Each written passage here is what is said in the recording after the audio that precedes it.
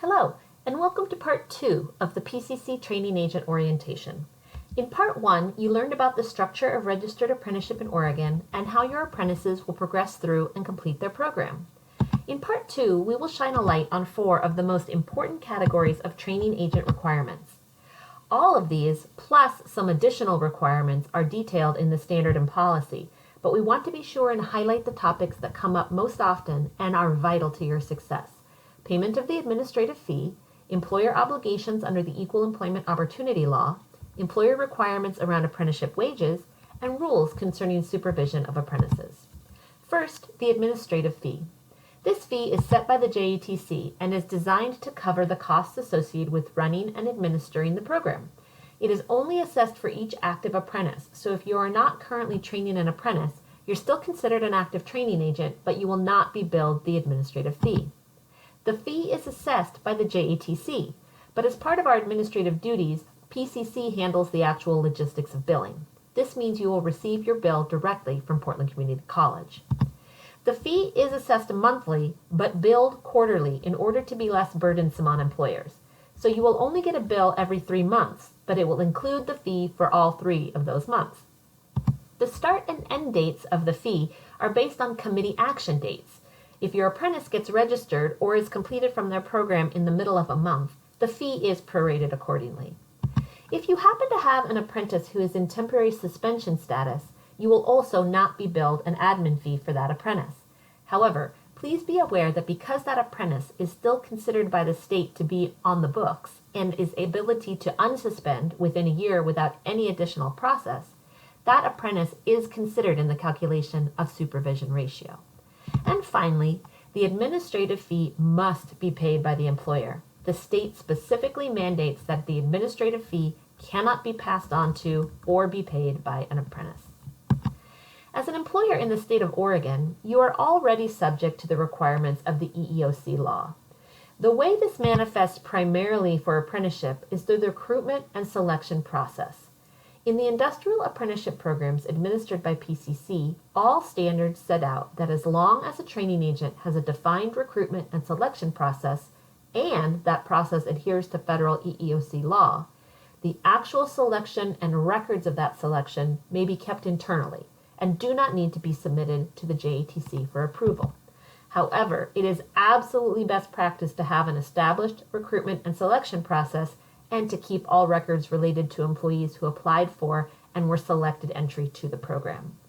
This is because review and evaluation of an employer's recruitment and selection process will change depending upon how many apprentices are being trained by an employer in the same trade. As long as an employer is training fewer than 5 apprentices in the same trade, documentation of recruitment and selection remain as internal records and do not need to be submitted to the JATC.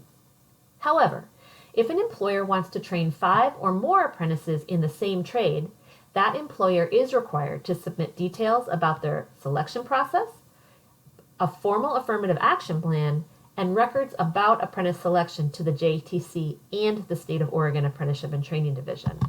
So this means that upon registration of a 4th apprentice in the same trade, an employer will receive communication from the JATC with guidance on how to proceed seamlessly should they want to register a 5th apprentice. That process will be introduced to you in your welcome letter from the committee and is detailed at length in both the standard and policy documents.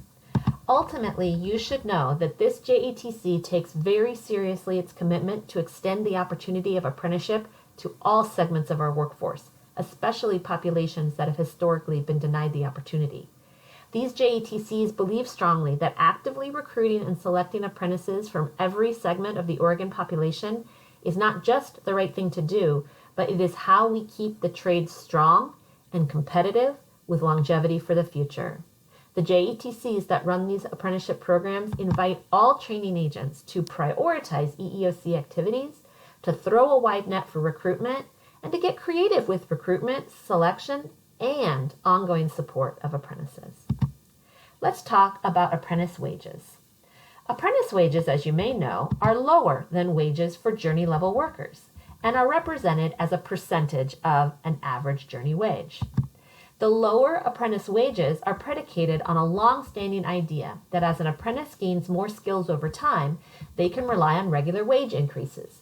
So the apprentice wage progression allows apprentices to move from one pay period to the next to be re-rated as they gain more experience and skills. The important thing to note here is that as a training agent with this JATC, you are committing to adhere to the wage progression established by the committee, but that means you are required to pay at least the apprenticeship wage that your apprentice has earned, but you may always pay higher. The committee established wages are a floor and may vary higher depending on your own workplace HR structures. If you have any questions about how the progressive wage scale will operate or be impacted in your specific workplace, just let us know. You may be asking how the committee determined the average journey wage that establishes the wage progression. The answer is from you. Every year that you're registered as a training agent with the committee, even if you're not training an apprentice, you will be asked to report the hourly wage that an entry-level journey worker would make at your company in that trade. Essentially, what wage would an employee make if they had just completed an apprenticeship program and were beginning their first job as a journey worker? The committee then takes every response and calculates an average wage, which must then be approved by the state. This information gathering is so vital to the operation of the program that failure to participate in the annual wage survey may result in your termination as a training agent. Just be sure you answer the call when it comes. And finally, let's talk supervision. Supervision of an apprentice by a skilled journey worker is a long-standing tenet of the entire concept of apprenticeship. The supervision provides the passing on of critical knowledge while also ensuring the safety of the apprentice and the workplace. Some of the most important aspects of apprenticeship supervision include, first, ratio. This refers to the ratio of journey workers to apprentices. For most of the PCC administered programs, the required ratio is 1-to-1 direct supervision. The LBME program does have some very limited circumstances for indirect supervision, but it is the only program that does, and details about that for LBME training agents can be found in the standard for that program. Direct supervision in this case means that each apprentice has a journey worker on the same shift in the same location that is only supervising them and not any other apprentices. This person may change over time, but on each shift, an apprentice must have a dedicated, approved journey worker to directly supervise them. Direct supervision has never been intended to create a situation where two people are doing the job of one. The apprentice is not simply looking over the shoulder of the journey worker at every minute, nor should the journey worker be looking over the shoulder of the apprentice at all times. However, they do work together as a team, and as the apprentice gains more skills, the level of independent work from the apprentice will increase. As long as they always have that dedicated journey worker on their shift, and they can communicate with that person at any time during their shift, they are considered to be receiving direct supervision. But let us know if you have any questions about this requirement.